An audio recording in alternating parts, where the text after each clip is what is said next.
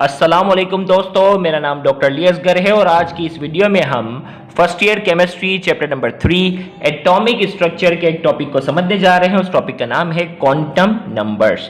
तो इस लेक्चर को शुरू करने से पहले आपसे रिक्वेस्ट करेंगे कि अगर आपने अब तक हमारे इस चैनल को सब्सक्राइब नहीं किया, जो कि सिंध बोर्ड टीचिंग के नाम से है, तो काइंडली आज ही आप हमारे इस चैनल को सब्सक्राइब करें और साथ ही साथ बेल आइकन को लाजमी क्लिक करें ताकि हमारी अपलोड करदा तमाम वीडियोस की नोटिफिकेशन आपको रिसीव हो सके। तो आइए हम स्टार्ट करते हैं क्वांटम नंबर की डेफिनेशन से।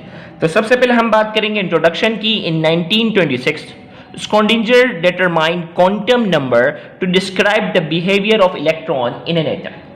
1926 में एक साइंसदान ने जो है वो इलेक्ट्रॉन के बिहेवियर को डिस्क्राइब करने के लिए, किसी भी एटम में इलेक्ट्रॉन के बिहेवियर को डिस्क्राइब करने के लिए उन्होंने क्वांटम नंबर का एक कॉन्सेप्ट पेश किया था। अब ये क्वांटम नंबर की डेफिनेशन क्या है? A set of number that shows the behaviour. ये जो है ये नंबर का एक पूरा सेट है जो कि बिहेवियर को शो करेंगे, किसके? इलेक्ट्रॉन के बिहेवियर को शो करेंगे इन एन एटम। अब बिहेवियर में क्या चीज आ जाती है? Size, shape, orientation and spin of electron. ये चारों चीजें जो है वो इसमें आ जाती है। तो हमने कहा कि वो सेट ऑफ नंबर जो इलेक्ट्रॉन के बिहेवियर को शो करे। अब इलेक्ट्रॉन के बिहेवियर से हमें एटम की साइज, इसके शेप, इसकी ओरिएंटेशन और इसकी स्पिन के बारे में पता चले, उन्हें हम कहते हैं क्वांटम नंबर। तो हमने कहा क्वांटम नंबर की सिंपल डेफिनेशन जो होगी कि वो सेट ऑफ नंबर जो इलेक्ट्रॉन के बिहेवियर को डिस्क्राइब करें किसी भी एटम में, उसे हमने नाम दिया हुआ है क्वांटम नंबर का। अब ये क्वांटम नंबर जो है हमने 4 हिस्सों में डिवाइड कर दिया है। There are 4 quantum numbers. Quantum number की जो तादाद है वो 4 है। सबसे पहला है प्रिंसिपल क्वांटम नंबर, फिर है एजीम्यूथल क्वांटम नंबर जिसे सब्सिडियरी क्वांटम नंबर भी कहते हैं, फिर है मैग्नेटिक क्वांटम नंबर और नंबर 4 है स्पिन क्वांटम नंबर। अब जो है वो सबसे पहले प्रिंसिपल क्वांटम नंबर की बात करेंगे। प्रिंसिपल क्वांटम नंबर को हम स्मॉल एन से क्या करते हैं? शो करते हैं। अब इसकी डेफिनेशन क्या है? The number that shows the approximate distance from the nucleus to the orbit. हमने कहा वो नंबर जो न्यूक्लियस और इलेक्ट्रॉन के दरमियान का फासला बताए उसे क्या कहते हैं? उसे हम कहते हैं प्रिंसिपल क्वांटम नंबर। मिसाल के तौर पर अगर मैं कहता हूं कि ये हमारा जो है वो न्यूक्लियस है और n की वैल्यू 1 है, इसका मतलब इलेक्ट्रॉन पहले शेल में है। इस तरीके से n की वैल्यू 2 है, इसका मतलब इलेक्ट्रॉन दूसरे में है। इसका मतलब n की वैल्यू 3 है, इसका मतलब वो तीसरे ऑर्बिट में है। n की वैल्यू 4 है, इसका मतलब इलेक्ट्रॉन जो है वो चौथे ऑर्बिट में। इसी तरीके से जो है वो अप्रोक्सीमेट डिस्टेंस को शो करेगा, या दूसरे अल्फाज में कहा जाए ये मेन शेल या ऑर्बिट को क्या करेगा? एक्सप्लेन करेगा। तो हमने कहा the number that shows the approximate distance from the nucleus to the orbit. Nucleus से ऑर्बिट के दरमियान का जो फासला होता है उसे शो करने वाला जो है वो प्रिंसिपल क्वांटम नंबर कहलाता है। एक्सप्लेनेशन में it explain the main shell, main shell को शो करेगा 1 2 3 4। इस value is always positive and whole number. इसकी वैल्यू हमेशा पॉजिटिव होगी और होल नंबर होगी, या तो 1 होगी या 2 होगी या 3 होगी। Its value are from 1 to infinite. इसकी वैल्यू जो है वो 1 से लेकर इनफाइनाइट नंबर तक हो सकती है। Higher the value of principal quantum number greater will be the distance from the nucleus to the orbit. जितना नंबर ज्यादा होगा उतना ज्यादा क्या होगा? फासला होगा। अब जैसे मिसाल के तौर पर यहां कह रहा है कि n की वैल्यू 1 है, तो इसका मतलब k है। मेन शेल जो है ना, पहले वाले को k कहते हैं, फिर l कहते हैं, फिर m कहते हैं, फिर n कहते हैं, इस तरीके से होता है। तो n की वैल्यू 1 है तो k है, n की वैल्यू 2 है तो l है, n की वैल्यू 3 है तो m है, n की वैल्यू 4 है तो n है, n की वैल्यू 5 है तो o है, n की वैल्यू 6 है तो p है, n की वैल्यू 7 है तो q है। इस तरीके से ये जो है वो अल्फाबेटिक ऑर्डर से शेल को शो किया जाता है।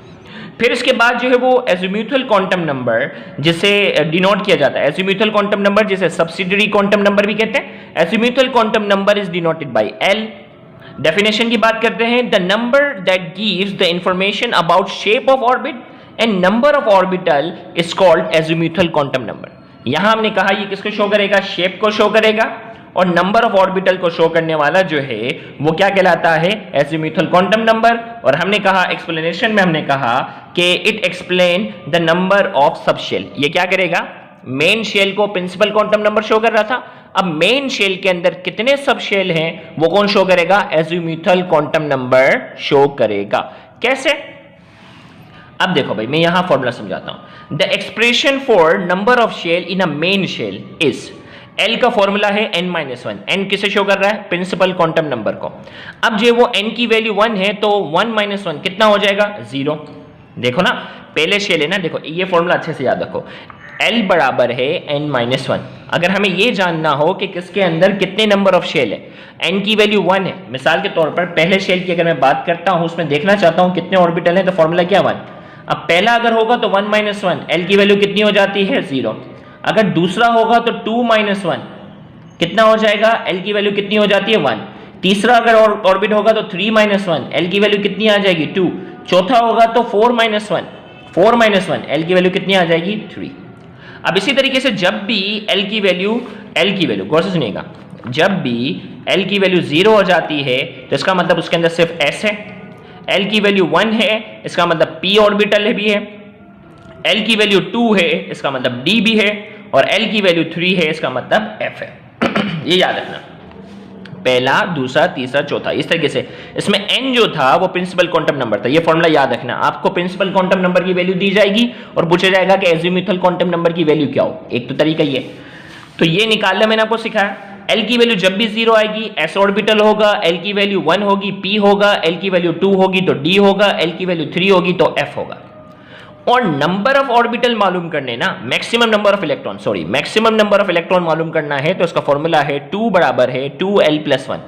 अब मिसाल के तौर पर अगर मैं कहता हूं कि यहां L की वैल्यू अगर मैं 0 रखता हूं, L की वैल्यू यहां 0 थी तो 2 × 0 0 हो गया, +1 है। अब 2 × 1 कितने? 2। इसका मतलब S में कितने इलेक्ट्रॉन आ सकते हैं? 2।